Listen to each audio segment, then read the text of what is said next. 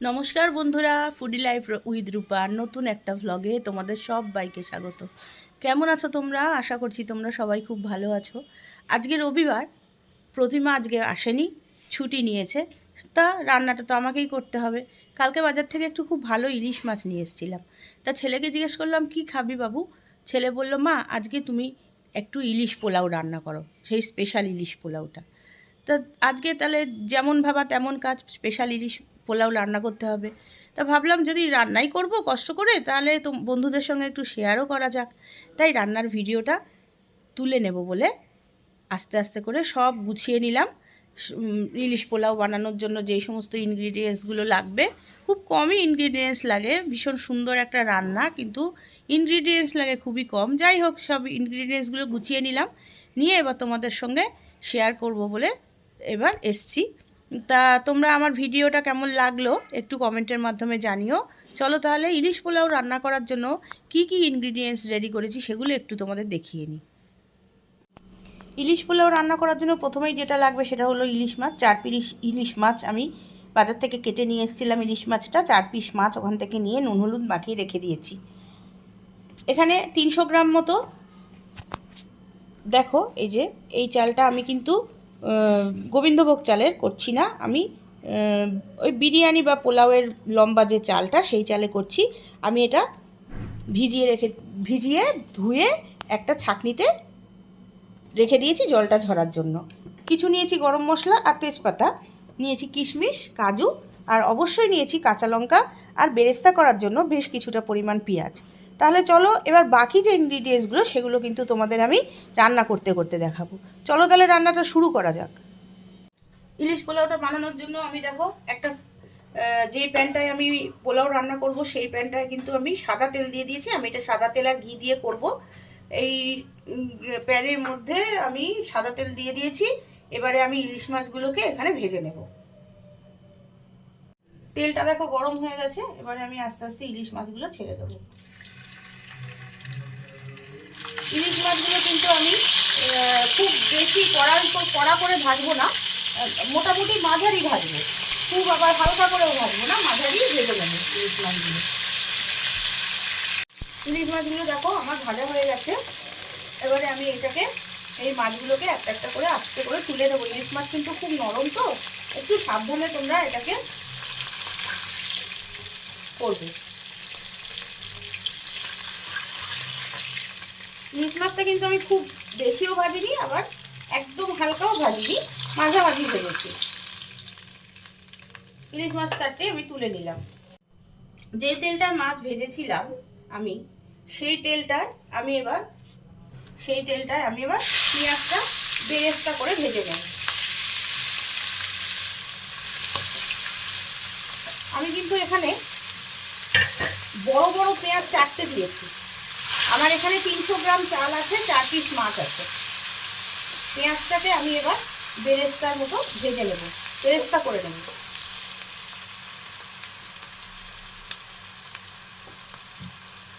পেঁয়াজটা যতক্ষণ বেরেস্তা হচ্ছে ততক্ষণ আমি একটা ছোট্ট কাজ করে নেব। আমি এখানে একটু ফুড কালার নিয়ে নিয়েছি, তোমরা কিন্তু এটা স্কিপ করলেও করতে পারো। সামান্য একটু 1 চিমটে ফুড কালার দিয়ে দিলাম। আর দিলাম, এটা আমার নিজের বাড়িতে তৈরি ঘি।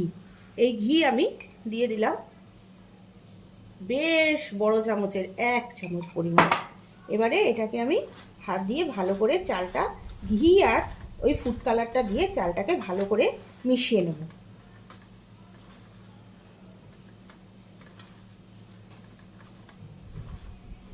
চলো এবার তাহলে দেখি বেরেস্তাটা হলো কিনা।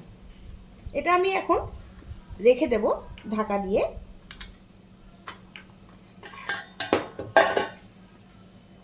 বেরেস্তাগুলো আমার ভাজা হয়ে গেছে। এগুলো তেল ঝেড়ে একটু বেরেস্তাগুলো আমি তুলে নিলাম একটা অন্য পাত্রে।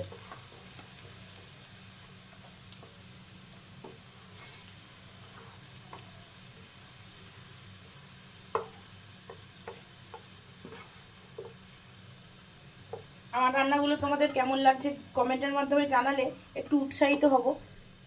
আর আমার রান্নাগুলো যদি সম্ভব হয়, কোনো দিন ইচ্ছা করে, তাহলে বাড়িতে একটু ট্রাই করে দেখতে পারো। পেঁয়াজ বেরেস্তাগুলো তুলে নিয়েছি। যেই তেলে পেঁয়াজ বেরেস্তা হয়েছিল ঠিক সেই তেলেই আমি আমার নিজের বানানো যে ঘি, সেই ঘি আমি দিয়ে দেব।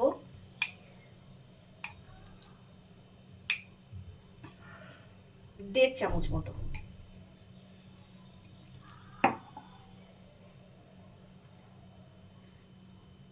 এই গ্যাসের ফ্লেমটা কিন্তু আমার এখন একটু সিম করে দিয়েছি। আমি দিয়ে দেবো 50 গ্রাম মতো কাজু আর 50 গ্রাম মতো কিশমিশ।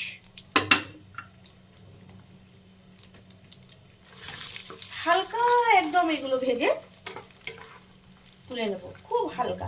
কাজু তো জানো, কিশমিশ আর কাজু ভীষণ তাড়াতাড়ি ভাজা হয়ে যায়। এই 5 থেকে 10 সেকেন্ডের মতো একটু সতে করে এগুলোকে আমি এবার তুলে নেব। গ্যাসের ফ্লেমটা কিন্তু আমি বন্ধ করে দিয়েছি, নাহলে কাজু কিশমিশটা ওভার কুক হয়ে যাবে, তার জন্য। এবার এগুলোকে আমি একটা আলাদা পাত্রে তুলে নেব। এই ইলিশ পোলাওটা আমার মায়ের হাতের রান্না, মানে মায়ের কাছ থেকে শেখা ঠিক বলবো না, আমার মায়ের হাতের এটা স্পেশাল রান্না ছিল। কিন্তু আমি যেহেতু অনেক ছোটবেলায় মাকে হারিয়েছি, মানে আমি তখন বেশ খানিকটা ছোট, হ্যাঁ, তাই জন্য আমি এটা আমার বড়দির কাছ থেকে শিখেছি। বড়দি মায়ের কাছ থেকে এই রান্নাটা শিখেছে, বড়দির কাছ থেকে আমি আবার এই রান্নাটা শিখেছি। তাই আমি এখানে আমার দিদিকে অনেক ধন্যবাদ জানাতে চাই রান্নাটা স্টার্ট করার আগে। চলো তাহলে আমি সব কাজু কিশমিশগুলো তুলে নিয়েছি। এবার আমি যে চালটা এখানে দিয়ে দিচ্ছি, আমি বেশ কিছু গোটা মশলা। গোটা মশলা বলতে আমি দেখাচ্ছি, কয়েকটা কাঁচা লঙ্কা দিয়েছি, 2টো তেজপাতা, দারচিনি, লবঙ্গ আর 3-4টে ছোট এলাচ। গ্যাসের ফ্লেমটা আমি অফ করে দিয়েছিলাম, গ্যাসটা আমি জ্বালিয়ে দিলাম, কিন্তু আঁচটা সিম করা আছে। এগুলো একটু 10 সেকেন্ড মতো নাড়াচাড়া করে নেব। ঘি, ইলিশ মাছের তেল মিশিয়ে যে সুগন্ধটা বেরোবে এটার সঙ্গে, সেইটাই হচ্ছে আসল ফ্লেভার। 10 সেকেন্ড সটে করে নেওয়ার পরে আমি যে চালটা ঘি আর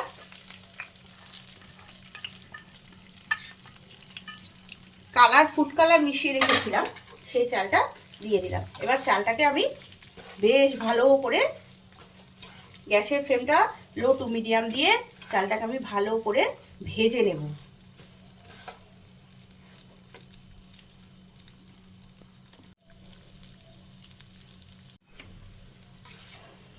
চালটাকে আমি ভালো করে ভেজে নেব।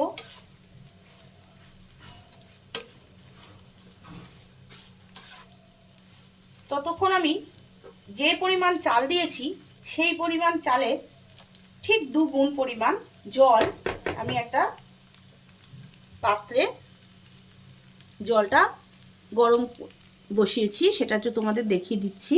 এই যে জলটা আমি এখানে গরম বসিয়েছি, এখানে বেরেস্তাটা ভাজা রয়েছে। এই জলটা আমি এখন গরম করব, করে এইবার এই চালে দেব। যতটা পরিমাণ চাল ঠিক তার ডবল জল দিতে হবে, কিন্তু তার আগে খুব ভালো করে এটাকে ভেজে নিতে হবে। এখানে আমি কিছু ইনগ্রিডিয়েন্টস দেব, যেমন দেব পরিমাণ মতো নুন। নুনটা আমি পরে চেখে দেখে দেয়া যাবে। পরিমাণ মতো নুন দেব। চালটাকে হালকা আঁচে বেশ ভালো করে ভেজে নিতে হবে। চালটা মোটামুটি ভাজা হয়েই গেছে, দেখতেই পাচ্ছ তোমরা। এবারে আমি যে জলটা গরম বসিয়েছিলাম সেই জলটা এর মধ্যে দিয়ে দেব। এটা কিন্তু ঠিক 2 গুণ জল আছে, আমি মেপে নিয়ে জলটা দিয়েছি।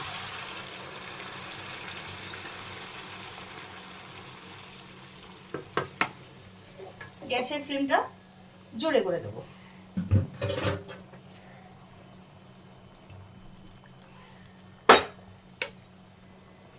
কাজু কিশমিশটা ভেজে রেখেছিলাম সেটা দিয়ে দেব। এবার এটাকে আমি ঢাকা দিয়ে রান্না হতে দেব ততক্ষণ যতক্ষণ না এটা 90% সিদ্ধ হয়।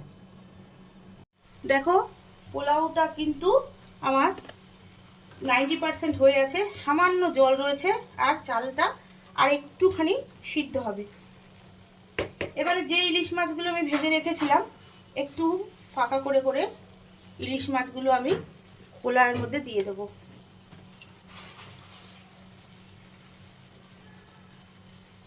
একটু ভেতরে করে আমি দিয়ে দেবো।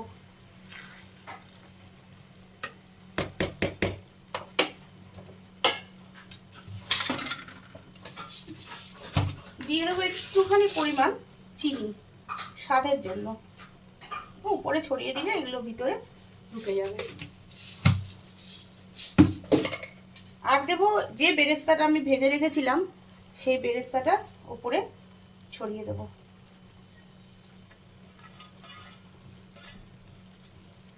বেরেস্তার তেলটা শুদ্ধ এর মধ্যে দিয়ে দিলাম। এবারে গ্যাসের আঁচটা কিন্তু, গ্যাসের যে ফ্লেমটা সেটা কিন্তু আমি একদম সিম করে দিয়েছি। এই অবস্থায় আমি 10 মিনিট এটা দমে রান্না করব। একদম সিম করে দিয়েছি। এই অবস্থায় 10 মিনিট, 7 থেকে 10 মিনিট আমি দমে রান্না করব। ফুল ভাতটা হয়ে গেলে, পোলাওটা হয়ে গেলে তারপর তোমাদেরকে দেখাচ্ছি। 5 মিনিট দমে হওয়ার পরে আমি গ্যাসের ফ্লেমটাকে অফ করে দেব। দিয়ে এবার আবার ঢাকা দিয়ে রেখে দেব 10 মিনিটের জন্য। তারপরে পোলাওটা গরম গরম সার্ভ করব। 10 মিনিট গ্যাসের ফ্লেমটাকে অফ করে দিয়ে আমি এইভাবে রেখে দিয়েছিলাম। এবার তোমাদেরকে আমি একটু দেখাই যে পোলাওটা আমার কতটা ঝরঝরে হয়েছে। দেখো দেখো পোলাওটা আমার কতটা ঝরঝরে হয়েছে। চালটা সুন্দরভাবে সিদ্ধ হয়ে গেছে, মাছটা এর মধ্যে একদম সুন্দর সিদ্ধ তো আগেই হয়ে গেছিল ভাজায়।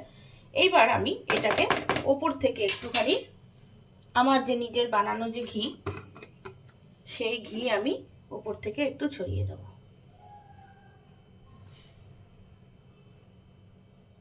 তারপরে আমি সার্ভ করব।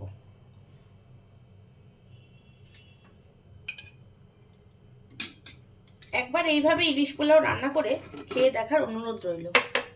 বাংলাদেশ থেকে তোমরা কারা দেখছো আমাকে একটু কমেন্টের মাধ্যমে জানিও।